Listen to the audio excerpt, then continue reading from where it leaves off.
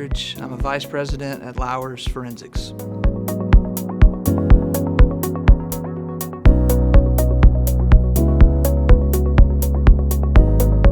As a forensic accountant, we don't get engaged too much to work in the renewal process. However, with the information that we obtain in the claims process, there's a perfect niche there for us to come in and assist policyholders in understanding what types of coverages they need and how much coverage they need. So there's a couple of examples where this could be important. Let's say an insured, a policyholder, is buying less insurance than they need, and they have a loss scenario. There's the potential that they would receive less claim dollars than they should had they had the right amount of coverage. Conversely, if the insured is purchasing more coverage than they need, they're spending more premium dollars than they potentially could, so there could be a potential cost savings there. That's not an area that we participate in a lot, but it's an area where we could really add value to the policyholders because there is an opportunity for cost savings straight to the bottom line, or the potential where they are underinsured and need to purchase more coverage.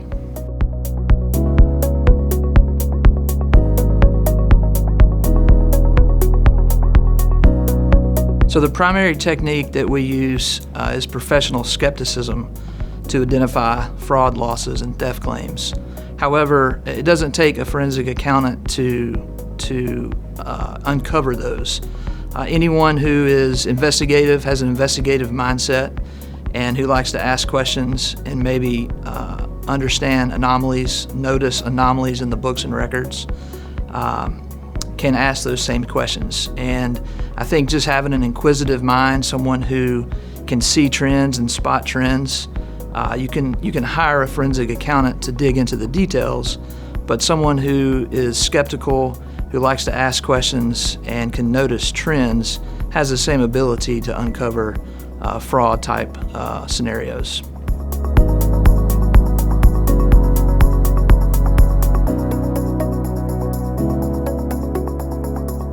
So employee dishonesty coverage is typically an add-on to a property policy.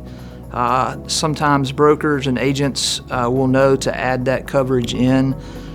Certain companies may not have employee dishonesty coverage, but it definitely is a positive thing to add to your coverage if it's not something that you currently have, because it's usually not a question of if theft is going to happen, it's when. And that coverage is there to reimburse you for any potential losses that you may have from an employee who is scheming to take cash from the business.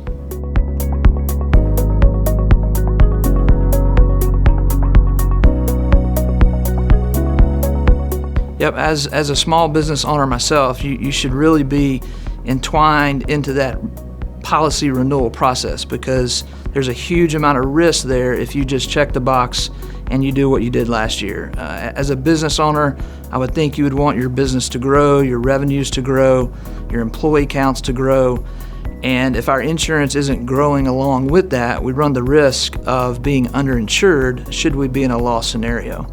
So as a forensic accountant who's played in that space quite a bit, we can assist in helping you evaluate how that risk, how you shorten that risk, how you close that risk between revenues growing and the amount of coverage that you need to protect your business should you end up in a loss scenario.